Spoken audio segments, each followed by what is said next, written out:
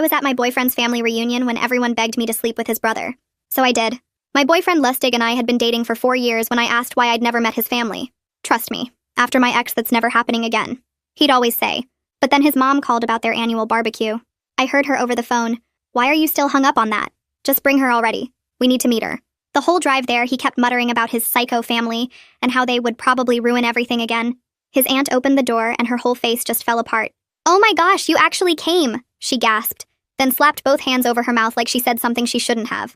Over her shoulder, I saw his mom rushing toward us. "Oh, hey," she introduced herself, then immediately diverted the conversation.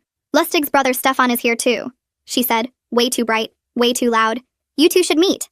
"Mom, stop," Lustig snapped, his jaw clenched so tight I thought his teeth might crack. Every single conversation stopped when we walked towards the backyard. Lustig's brother especially stared at me in shock. "You must be," Stefan started. "She doesn't need to meet everyone," Lustig interrupted him, his voice sharp enough to cut glass. But his mom literally pushed Lustig aside. "Come sit, sweetheart. Right here next to Stefan. You two have so much in common." Lustig's hand on my thigh kept getting tighter with every word they said about Stefan. "I need a beer," Lustig announced. But when he tried to pull me up with him, Stefan stood too. "Why don't you help me get the beers?" Stefan asked me, but it wasn't really a question. Then he turned to Lustig. "Mom needs help with something. Stay here." "She doesn't need to help with tea," Lustig snarled. But his dad suddenly appeared.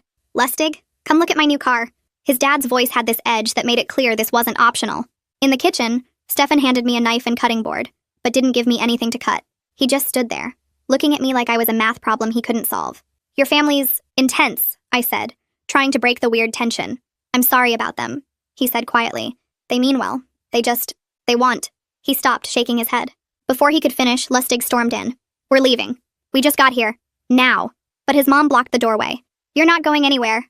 Not until..." She looked at me, then at Stefan, and something passed between them that I didn't understand. "Not until after dinner." The rest of the afternoon was like watching a car crash in slow motion. His sister got drunk and at one point grabbed my face and said, "Just kiss Stefan already." We're all thinking it. Finally, Lustig took my wrist and dragged me toward a corner of the yard. "We're leaving. Now. My family's trying to..." That's when Stefan exploded. "Enough!" The entire yard went silent. "She deserves to know that she could do better," his mom started. "No," Stefan cut her off. "She deserves to know the truth. Right now." His mom went white. "Stefan, you just found out today you don't understand. I understand enough." He turned to his sister. "Get my laptop." "Stefan, please," his mom begged. "We were trying to handle this delicately. By trying to get her to leave him for me instead of just telling her what Lustig did." He stopped, running his hands through his hair. "Get the laptop." Lustig tried to grab me again, but his own father held him back. "You did this to yourself," his dad said quietly. When the laptop appeared, Stefan's hands